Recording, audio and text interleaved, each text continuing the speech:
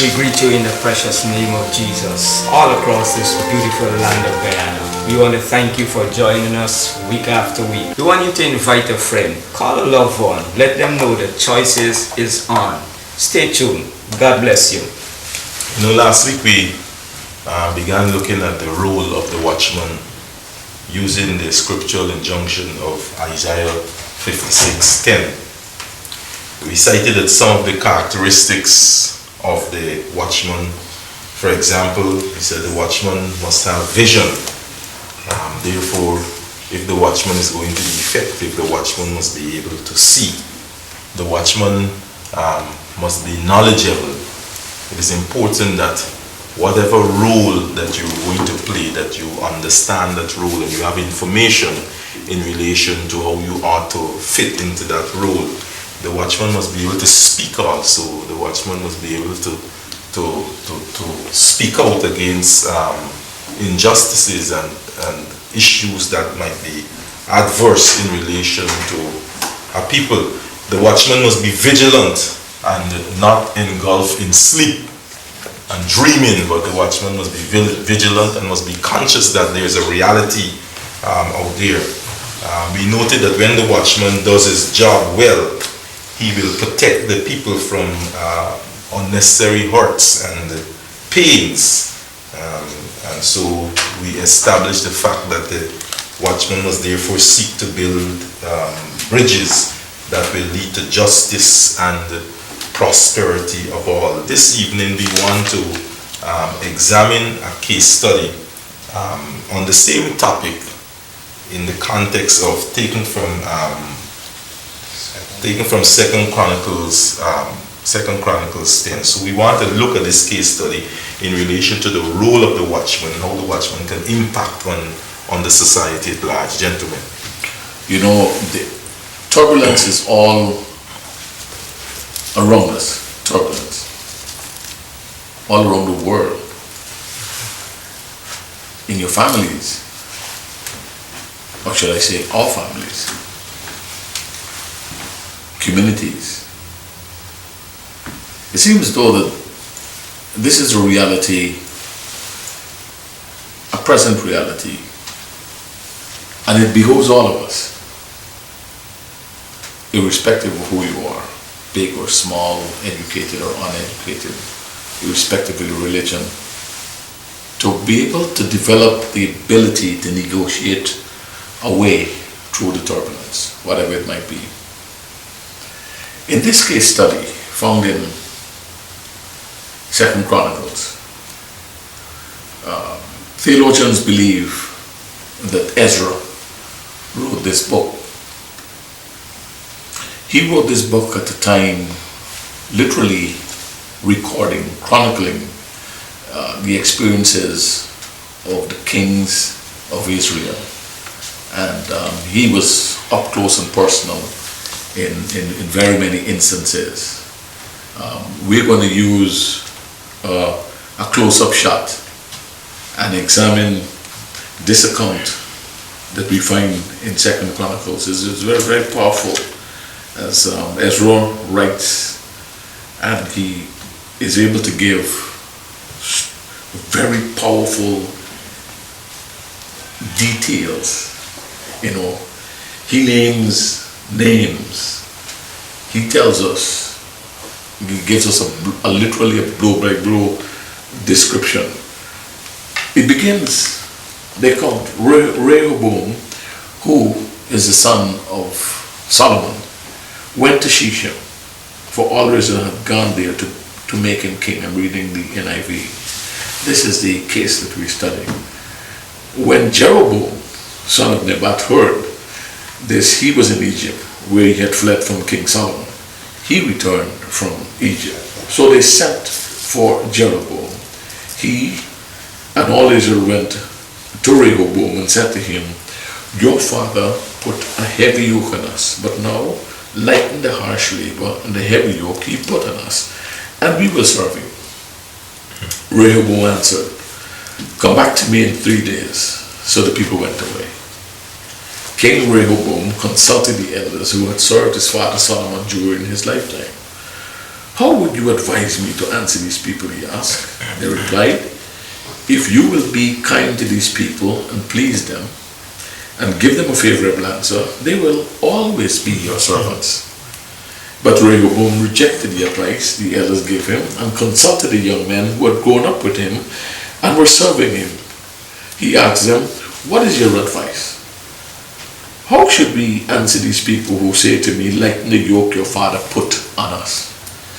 The young men who had grown up with him replied, the people have said to you, your father put a heavy yoke on us, but make our yoke lighter. Now tell them, my little finger is thicker than my father's waist. My father laid in you a heavy yoke. I will make it even heavier. My father scourged you with whips. I will scourge you with scorpions. 3 days later, Jeroboam and all the people returned to Rehoboam, as the king had said, come back to me in 3 days. The king answered them harshly, rejecting the advice of the elders.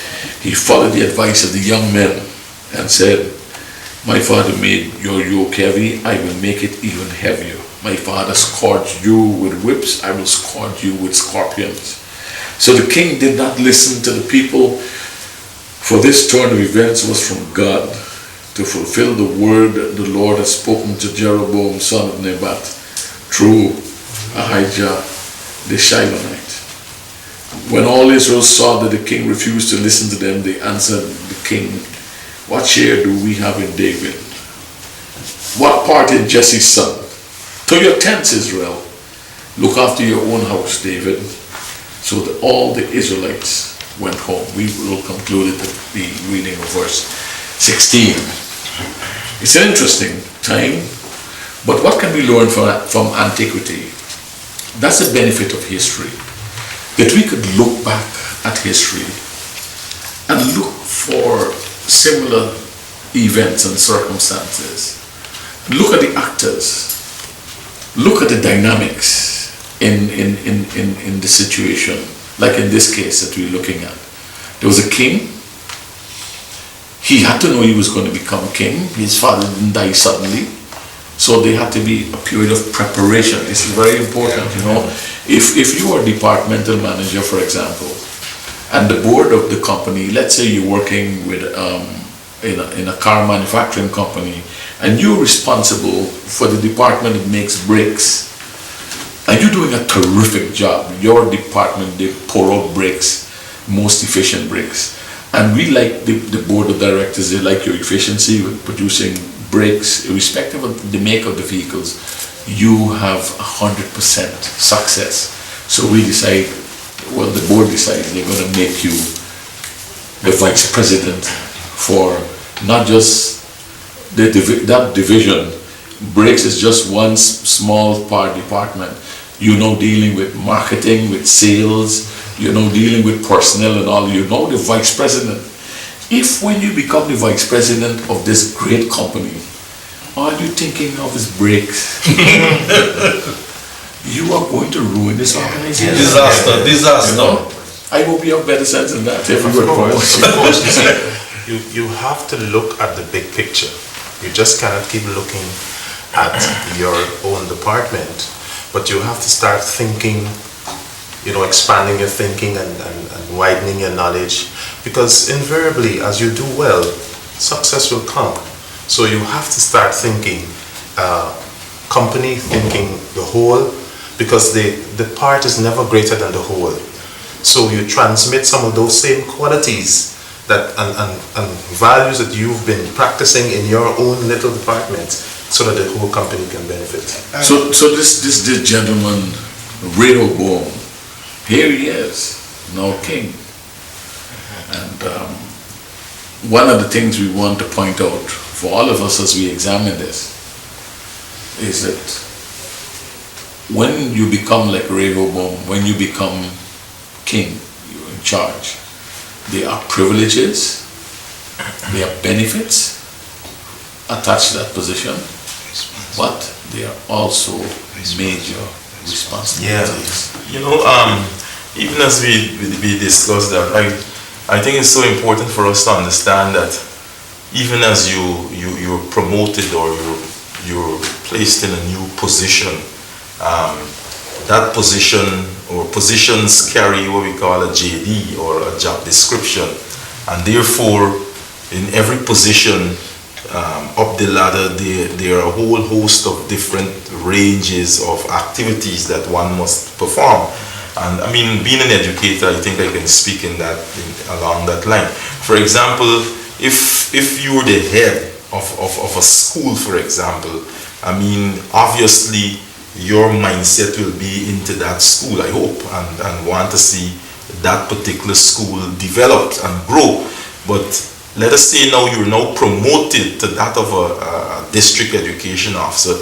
It therefore means that you have supervisory capacity over a multiplicity of schools, and therefore it would be remiss of you just to be seeing the single school that you came from and you want that school alone to progress. Now you're in a new position, you would want to see the whole gamut of schools under your purview progress, and therefore this should be the attitude of a leader. Even as you move from one stage to another, you find that you will have more responsibility, and because you have more responsibility, you have to purpose in your heart that you're going to meet those responsibilities and move away from a narrow-minded approach and look at the broad picture. That's why some folks will never be promoted beyond the rank of corporal. Because their mindset, they have a tunnel vision, and their mindset is restricted to only that little group, that the platoon that they are in charge of, or something like that. But we have to find, in terms of leadership, you have to find people with the capacity to think beyond what is just before them, to begin to massage issues and personnel. Not some of these people, they may not even be like your own, but because of this new assignment, it is a necessary evil that you have to engage them. You have to engage everyone because of what it's all about. So Rehoboam became king, and as we look at him, the people came to him immediately and tested him when he became king. And as he was tested, suddenly you become a general manager, you become in charge of a division in an organization, and suddenly there's a major test. You're promoted. Some folks say, why this thing never happened to my predecessor? As soon as you're promoted, there's a major test, and this happens. This comes with the territory throughout life, and you just look right across our world and we see that we have to prepare people who will be able to deal with these things. What is critical?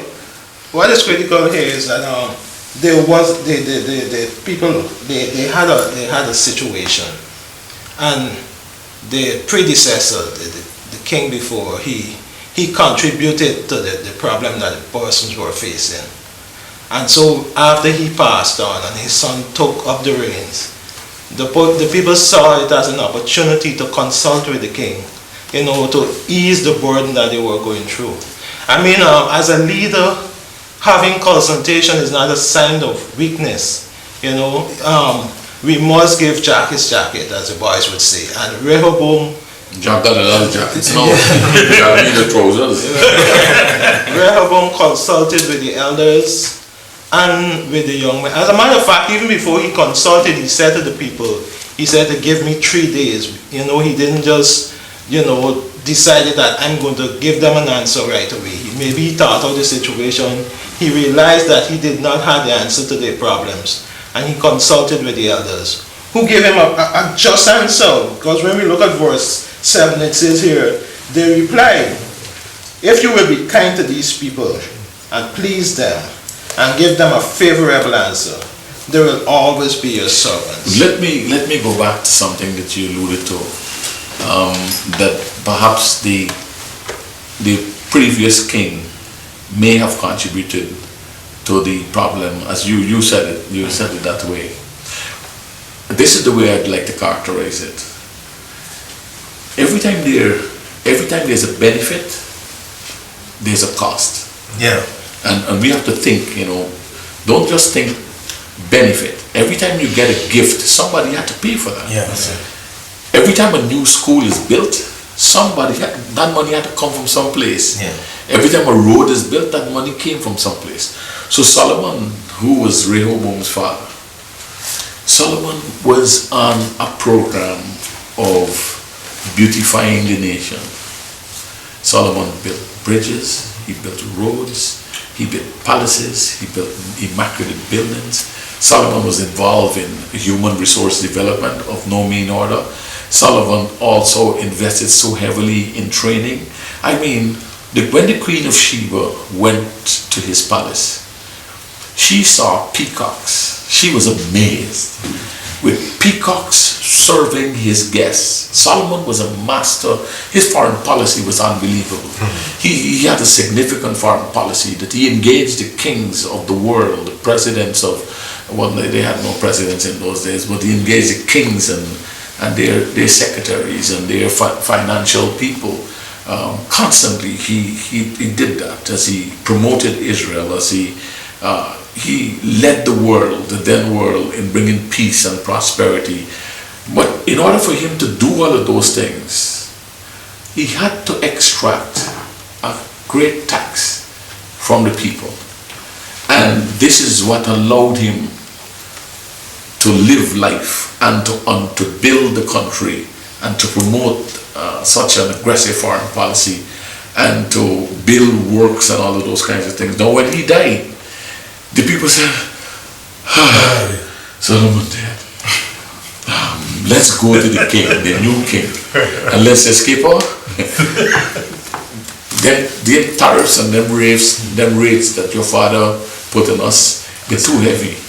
Now please give us a break. That's what they were doing. It's a part of life. Critical to decision making is information, is consultation. And as a leader, it is very, very important. I think what Rehoboam did here was very important. Ask for 3 days. Because as a leader, we have to understand our roles and responsibilities. As we make decisions, we have to interface with people. We have to garner information. And so it is very, very important for us sometimes not to just make decisions like that, but to ensure that you consult, ensure that you garner information that will not only benefit yourself or just a constituent of people or just a department, but will benefit everyone as a whole. So he went to his father's advisors. I mean, the men who helped that kingdom help establish the kingdom. The men who had what we call today institutional knowledge. They were the experts. They were the ones who helped craft the development document. They were the ones who helped develop not just the bilateral protocols. They're the ones who dealt not only with country to country, but the multilateral organization. These are the men who developed every system. And they were still there, even though the king, Solomon, had passed. So, credit to Rehoboam. Yes. He decided, let me talk to my father's advisors. And let's examine what his father's advisors said.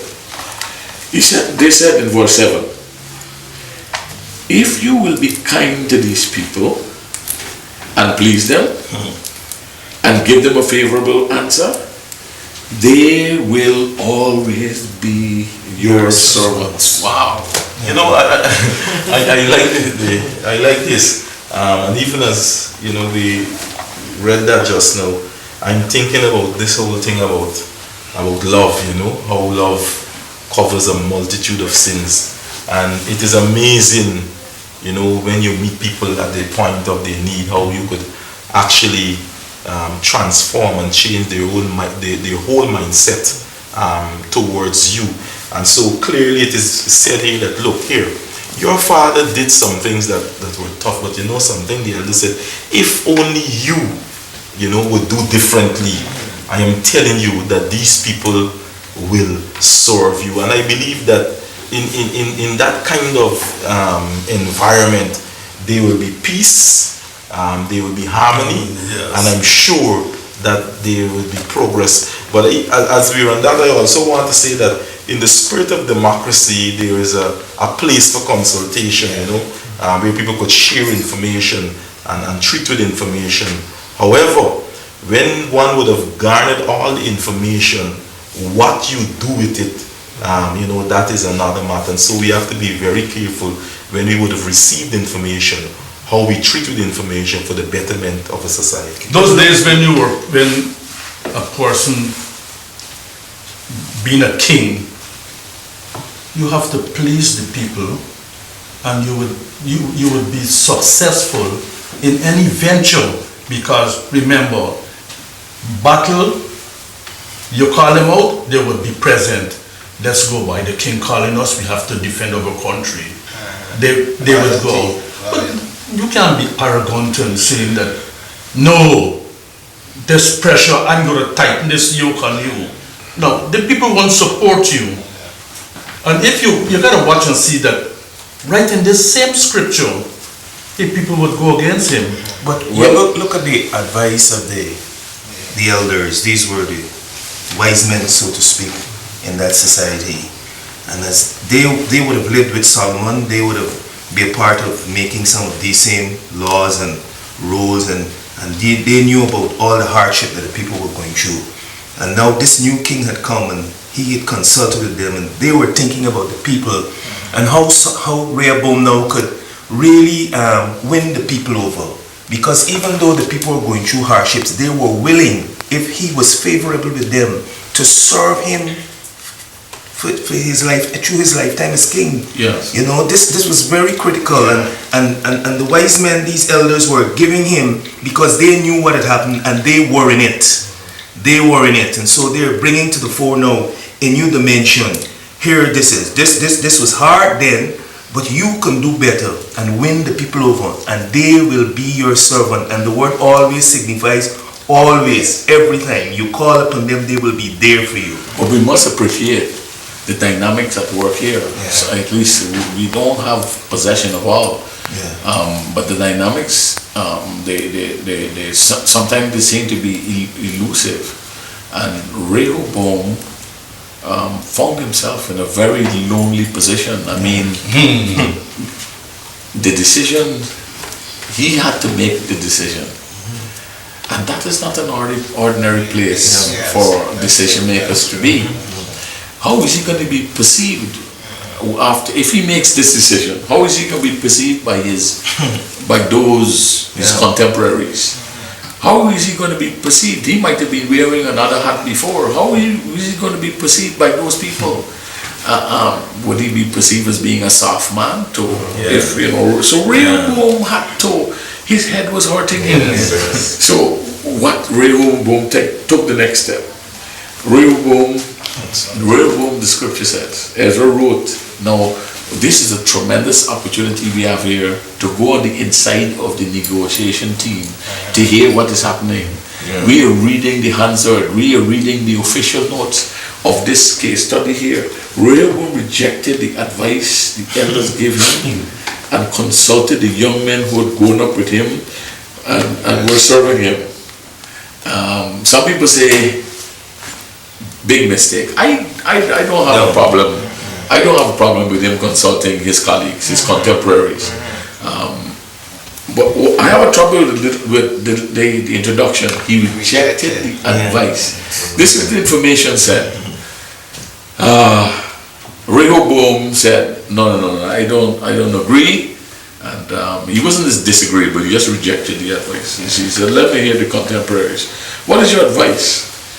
How shall I answer these people who asked me to lighten the yoke your father put on us? Now here's contemporaries, contemporaries. These are young revolutionaries. These are the young men and women who want to make their impression. They want to stake a claim. Yes. The elders, they have already made their mark. These young ones, these young guns are saying, we are going to develop a new template. Here this template. The people have said to you, your father put a heavy yoke, verse 10, on us, but make our yoke lighter. Now you tell them, This is what they're advising the king. Allow me please to make this observation. The king got to be very careful who his advisors are. Yes, yes. The king, Rehoboam had these advisors. My little finger, look at this. My little finger is thicker than my father's waist. My father laid on you a heavy yoke. I will make it even heavier. My father scourged you with whips. I will scourge you with scorpions. This is the advice these young men give. You know, this counsel is so toxic, you know, it's poisonous and it's filled with, fraught with all kinds of difficulties and problems, and this is tantamount to the production of mayhem, you know. And so it is so important that, you know, when people tell you things, even as a leader, a servant leader, and that's what we want, servant leaders, that you are able to analyze that kind of information and determine for yourself as a leader whether this information that you've received or this counsel that you've received, whether this counsel will produce peace and harmony, or whether this counsel could put you on a road to destruction. But this is poisonous stuff. Quickly, you believe these guys had the best interest, the young ones had the best interest of Israel at heart in this advice? No, certainly not, because you can't, if you look and see what can be the end result of this, certainly they, in my view, they had the interest of... They were like scorpions. They was teaching him to just touch a person, just sting him. Sting them all the time. I mean, let's look at this. The father, the taxation and so on, it was so burdensome. And the advice they were given to King Rehoboam now is as though they wanted him to be more, you know, like, I can be better than my father in this aspect. You know, when I apply this pressure on you, you will respect me for who I am as king. Well, I'll tell you this. Rehoboam consulted the elders. He consulted the young men, his contemporaries.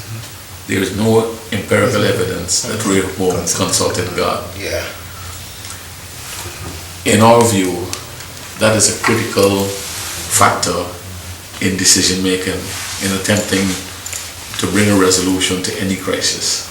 Many times, the resolution is beyond our capacity. Yeah, that's right. And we have to call upon help Yes. from The the highest one source. who is the highest. That's it. That's And it. we pray that as we embrace issues, as we deal with issues, let us keep the Lord in our decision-making mix. God bless you. We'll see you next week. We thank you for being part of Choices. We want to encourage you to join us at First Assembly at any one of our regular weekly services. You can also join us on Voice of Guyana, 9:30 hours Saturday mornings for Kingdom Kids. I'm Miss Alicia on behalf of the set reminding you that your whole life is the sum of your choices.